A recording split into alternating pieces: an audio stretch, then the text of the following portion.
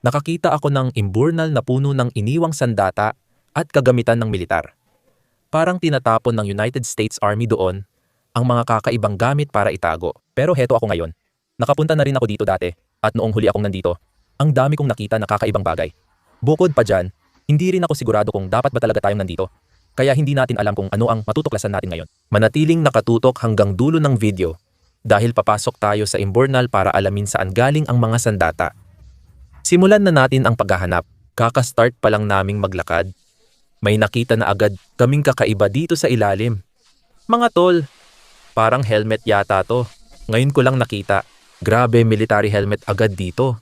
5 talampakan pa lang ang nalalakad namin, may nakita na agad.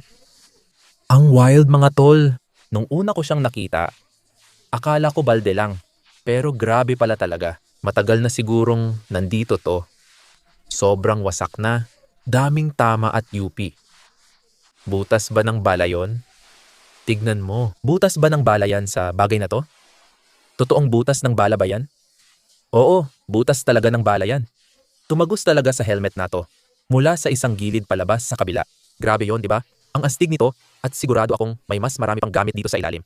Tara, tuloy pa tayo at tingnan natin kung ano pa ang makikita natin. Sige mga tol, mukhang may una tayong problema. May nadaanan akong napakalaking talon at wala akong ideya kung paano ito malalampasan. Ang taas nito. 6 na talampakan na ako sa ere. Kapag nawala ako sa balanse, siguradong mababali mga binti ko. Sa tingin ko, kung mag-iingat ako, kaya kong bumaba. Sige, susubukan ko. Diyos ko, nadudulas ako, walang mahawakan. May buwaya ba rito? Sana walang buwaya dito. Kailangan kong kumapit. Sige. Oo, sa tingin ko nakuha ko na. Oo, nakuha ko na. Sandali, hindi pa nga ako tuluyang nakakatawid.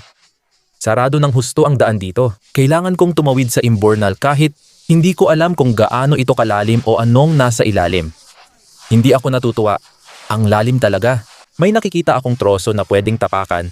Hindi ko sure kung matibay pero wala na akong ibang choice. Kaya natin to. Ay, parang lumilipad ako. Nahuhulog ako sa tubig. Hindi.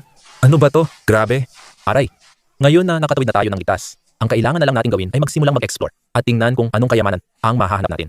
Habang naglalakad ako sa mapanganib na imburnal, excited akong makita kung anong kayamanan ang mahahanap.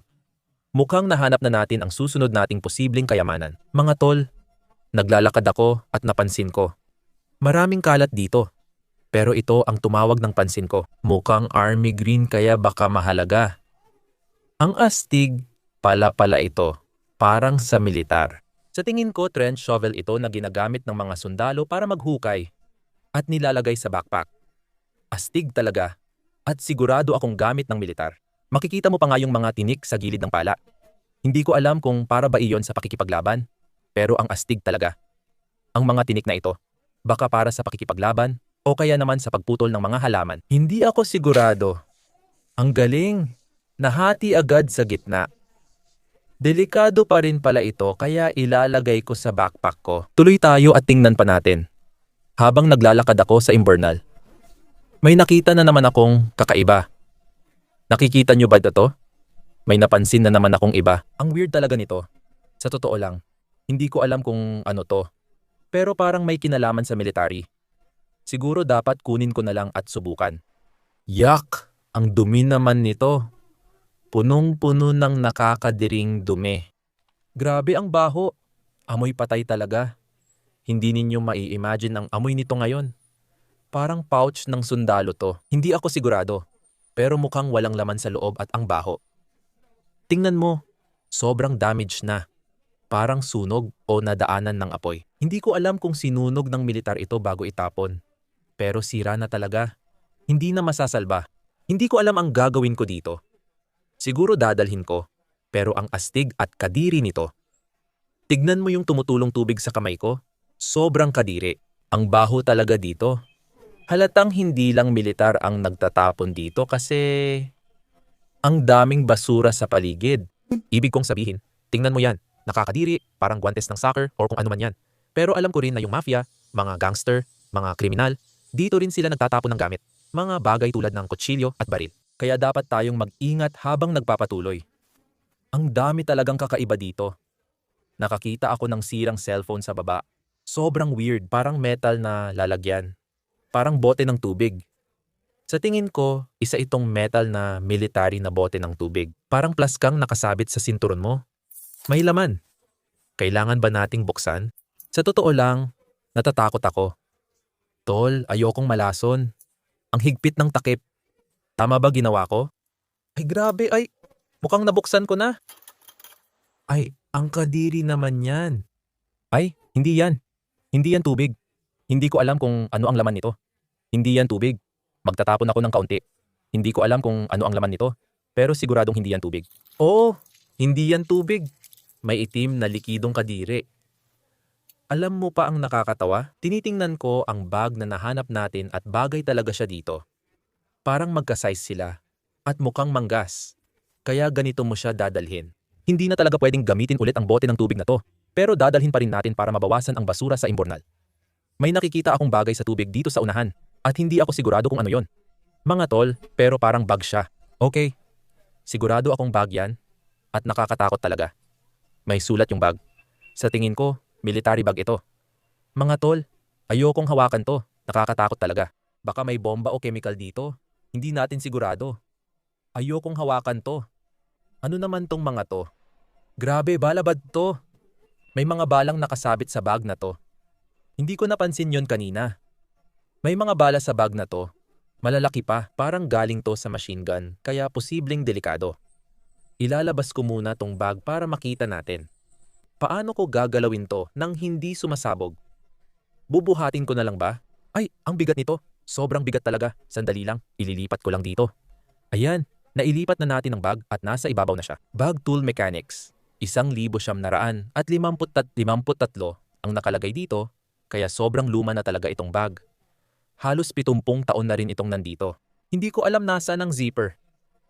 Ayun, may zipper dito pare. Ang sikip ng zipper na to, hindi ko magalaw. Hindi ko kaya, hindi ko talaga magawa. Sobrang sikip ng zipper, parang talagang naipit na. Walang ibang paraan. Kailangan nating maghanap ng iba para mabuksan ang bag. Sa tingin ko, pinakamadali ay pilitin itong buksan kung saan napunit. Halika dito. Oh, nakuha ko na. Nabuksan ko na. Ang daming laman nito. Hindi ko inasahan na ganito karami ang mga gamit dito sa loob. May isa pang kahon dito sa loob at tingin ko, ay, hindi pare. May granada dito. Umatras ka. May granada. Siguradong bomba yon. Hindi ko alam kung buhay pa yon o dapat pa ba nating hawakan ang bag na to. Para sa akin, mukhang peke yon at hindi buhay. Hindi ako sigurado pero halos sigurado akong peke talaga. Kapag tiningnan mo ng mas malapitan, oo, hindi siya totoo. May butas sa ilalim, sigurado ako. Yung mga may butas sa ilalim, ginagamit yon sa training. At wala silang explosive powder sa loob. Ligtas tayo, buti na lang hindi tayo sumabog. Ngayon, tingnan natin ang laman ng bag kung may kakaiba pa. May parang orange na spike. Sa tingin ko, ito yung mga stake para sa tent ng army, siguro. Hindi ako sigurado. At iaangat ko na ang bag at may isang kahon pati na rin yung kadena ng mga bala na nahanap natin na ilalabas ko talaga dito. Ang astig nun, parang ito yung nilalagay sa machine gun at mukhang buo pa lahat. Hindi pa nagagamit. Nakakatakot pero astig din. At kung anuman ang materyales ng mga ito, napupunta lahat sa kamay ko. Sana hindi ito lason. At sa tingin ko, isa na lang ang natitira sa bag na ito at mukhang isang kahon ng kung ano. May nakasulat dito, mukhang first aid kit dahil may label sa harap. Hindi ko alam kung gaano katanda ito pero subukan nating buksan. Grabe, napunta lahat sa mga mata ko. Kailangan ko yata ng first aid kit. Ayan, bukas na. Kahit sira na siguro laman nito, gusto ko pa rin makita kung ano ang nasa loob. Hindi ito masisira. Hindi ko kaya. Ayun, ayan na. Wow, sa totoo lang, maayos ang pagkakaselyo nito. Halos lahat ng laman dito ay mukhang perpekto pa. Oo, pero parang lahat ng ito ay wala na ring silbi. Walang gagana dito. Hindi natin dapat nakita to. Mag-ingat tayo sa susunod mga pare. Pakiramdam ko hindi tayo dapat dito. Delikado talaga ang lugar na to. 5 hakbang pa lang ako sa bag at parang may nakita akong baril. May itim na hawakang nakalabas sa buhangin. Pero hindi ako sigurado kung baril nga o iba lang. Mga pare, siguro hihilahin ko na lang ito palabas at tingnan natin kung ano talaga to. Ay, Hindi yan ayos. Masama yan. Kutsilyo pa. Siguradong hindi militar. Parang may kinalaman sa mafia. May gumawa ng masama gamit to tapos itinapon sa imbornal. Tingnan mo yung lumot sa hawakan. Matagal na siguro dito. Baka ilang buwan na. Posibleng murder weapon ang kutsilyong to. At ngayon puro fingerprint ko na. Hindi maganda. Kaya itapon na lang natin at magpatuloy. Habang umiikot ako sa tambak ng basura, may nakita akong nakakagulat. Ay, hindi maganda yan. Hindi ko alam kung guni-guni lang. Pero parang may nakita ulit akong kamay. Granada. Bro, hindi ko na kaya. Mapapahamak ako. Sigurado akong hindi ko dapat pinupulot to. Pero gagawin ko pa rin. Hindi ko na kayang makakita pa ng ganito. Sobrang delikado nito. Buti na lang peke ulit ang granada. Kasi kung totoo, sobrang delikado itong pulutin o paglaruan. Kahit peke pa, iniisip ko lagi kung ano mangyayari pag hinila ang pin. Subukan natin. Sa tingin ko, dapat mo itong hilahin. Matatanggal itong maliit na asul na hawakan at sasabog ito. Kaya siguro, ang unang hakbang ay hilahin mo ang pin. Ay grabe, talagang nakadikit yon, hindi natatanggal. Pare, hindi ko makuha, hindi ko magawa. Parang kinakalawang na talaga. Ay nakuha ko na, tinanggal ko na ang pin. At dapat itong lever na to ang lalabas at doon sa sabog. So, aangat ito at mukhang wala namang nangyari. Uy, may nakita akong kakaiba sa tubig, tingnan nga natin. Cellphone ito at tingin ko alam ko kung bakit. Ginagamit ito ng mafia bilang burner phone tapos tinatapon pagkatapos gamitin para hindi sila mahuli ng gobyerno at pulis. Binabasag nila at tinatapon ang telepono pagkatapos gamitin. Malamang pag-aari ito ng isang mafia boss. Oh! May nakita akong sobrang kadiri at mukhang isa na namang bag. Ang sama. Oh, hindi pala bag yun. Ano yun? Okay, sasabihin ko lang, hindi maganda amoy nito. Sigurado ako, galing ito sa Army, may US sa harap, parang para sa United States Army. Ang baho talaga. Kung may alam kayo tungkol dito, i-comment lang. Habang naglalakad ako sa imbornal, hindi ko alam na may paparating na mapanganib na kayamanan. Mga kaibigan, may nakita ako sa tubig na nakabaon sa buhangin at parang may kinalaman sa Army. Oh, isa na namang bag ito. Oh, mabigat. Mukhang may laman talaga ito. Siguradong may laman, tingnan ninyo yan. Hindi ko alam kung ano ang tinitingnan ko. Pero may laman ito sa loob. Mukhang parang booklet o kung ano man. Ang gross nito, ang baho pa. Tapos may nakasulat at larawan ng baril sa harap ng libro. Hindi ako sigurado sa libro dahil sira na, pero astig siya. Mukhang tungkol sa militar dahil may baril sa cover. Ay, nagkakalas-kalas na ang bag. Hawak ko palang nadudurog na. Kita mo? Nahulog pa ito sa ilalim ng bag habang nagfi-film tayo at ito ay isang first aid kit. Isa na naman. Nagkakalas-kalas din ang first aid kit. Hindi ko alam kung gaano nakatanda ang mga gamit na ito. Pero tingnan mo naman, nagkakabiyak-biyak na talaga. Pero yung mga gamit sa first aid ay nasa isang bag. Kaya mukhang maayos pa naman. Hindi ko lang alam sa natitirang bahagi ng bag na ito. Mukhang sira-sira na talaga. O may bala ng ripple dito. Bukod sa balang ito, wala nang iba sa bag na ito. Talagang nagkandasira at nagkandarupok na ang bag. Oh, teka, nagsinungaling ako. May pito pa pala dito at malakas ang tunog. Kaya may mga bagay pang hindi dapat makita. Excited akong magpatuloy para makita pa ang iba. Ano kaya yon? May malaking bagay na nakakadiri na palutang-lutang sa tubig. Natatakpan ng basura at baging. Ang weird tignan. Tara, tingnan natin kung ano yon. Grabe, ang lalim pala ng tubig. Hindi ko akalaing ganoon kalalim yung tubig. Ibig kong sabihin, isang hakbang pa lang, hanggang baywang ko na agad. At isang hakbang lang yon. Kung lumusong pa ako ng todo, baka hanggang dibdib ko na yon. Habang tinitingnan ko ang lumulutang na bagay, napansin kong kamukha ito ng mga bag na nakita natin. Bag man o hindi, may paraan para malaman. May naisip akong mabilis na solusyon. Baka mahila ko ang bag palabas ng tubig gamit ang patpat o sanga. Gagana kaya ito? Saan mo nakuha ta ang patpat? Oo, hindi. Gumana naman. Salamat. Sige, may patpat na tayo ngayon. Halika dito, halika dito. Ay nako, nabali ang patpat kaya parang wala ng plano. Kaya kailangan ko na lang pumasok sa tubig. Kahit ayoko mga pare, hindi ako mahilig sa tubig. Lalo na kung hindi kita ang ilalim kasi doon nagtatago ang mga buwaya, alligator, snapping turtle. Nasa Florida pa tayo. Pwedeng may buwaya sa butas na ito at hindi natin alam. Kung papasok ako, kailangan ko nang hubarin to. Sa totoo lang, wala talagang ganong paraan. Ay, ganun nga kalalim. Grabe ang lamig.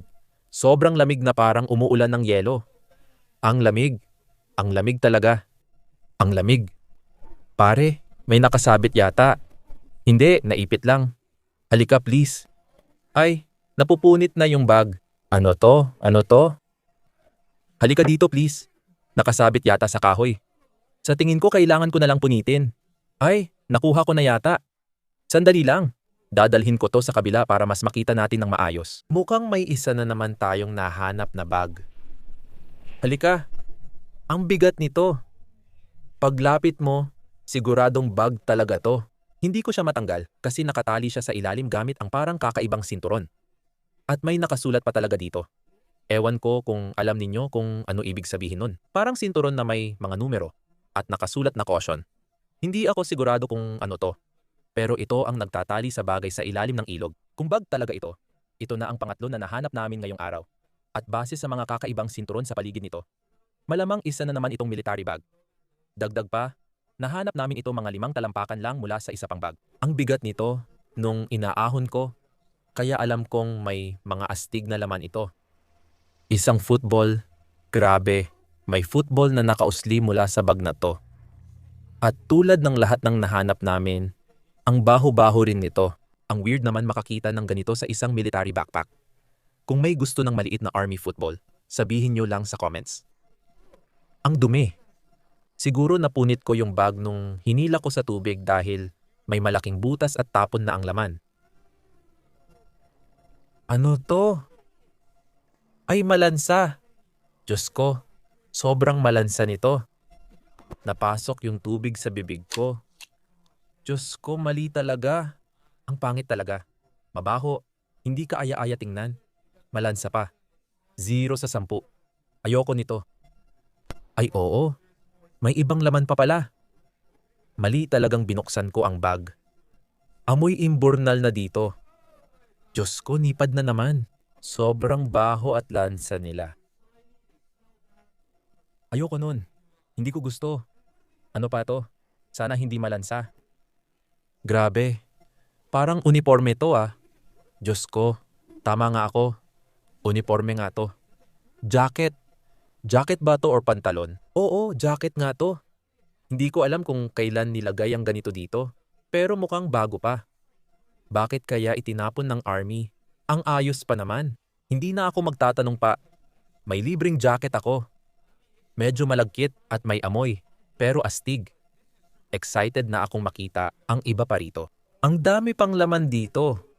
Mukhang isa pang uniforme to. Sigurado ako. Oo nga, isa pa itong uniforme. 2 uniforme na nakuha ko mula sa bag na to. Or 2 jacket na iuwi ko. Ay, hindi maganda.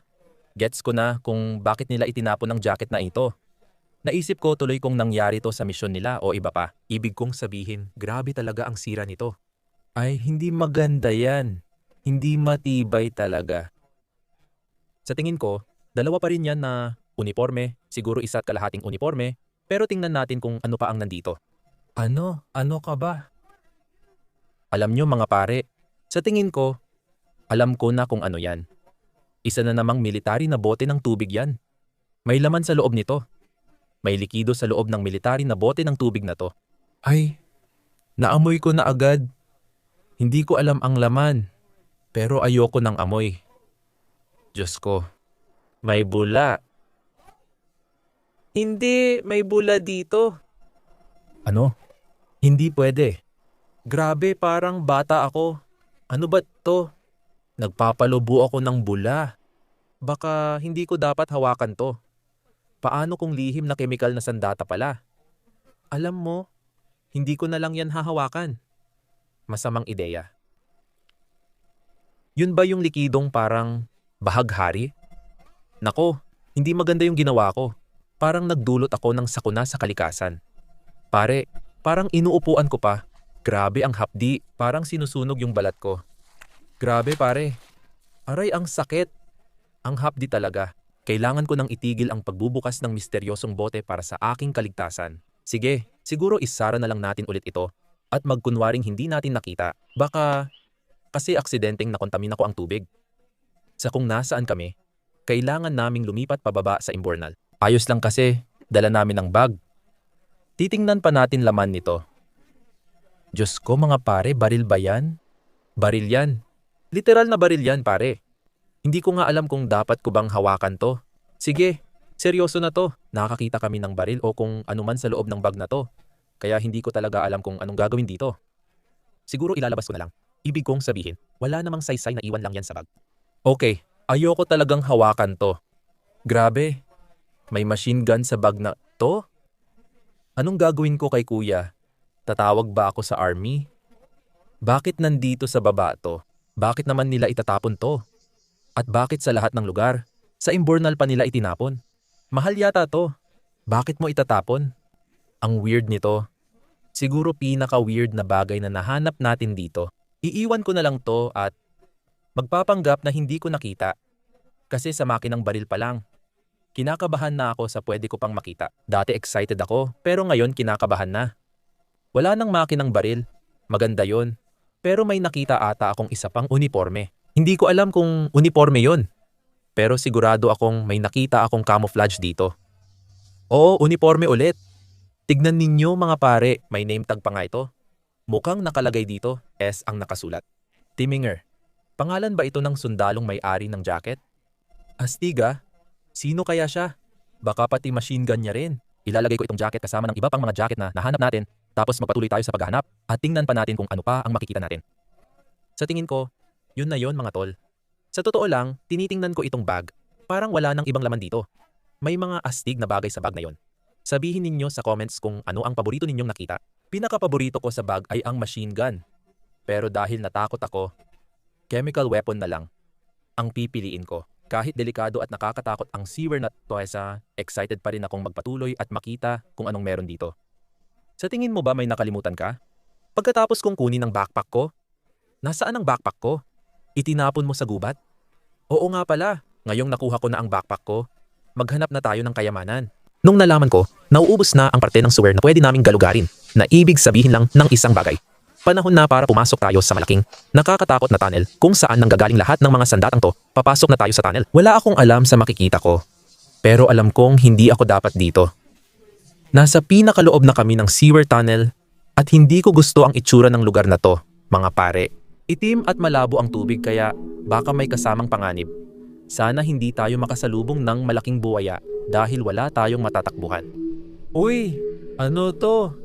Parang may nakita tayo sa ilalim. Mukhang kutsilyo yata yon. Bro, ang laki ng kutsilyo na yan.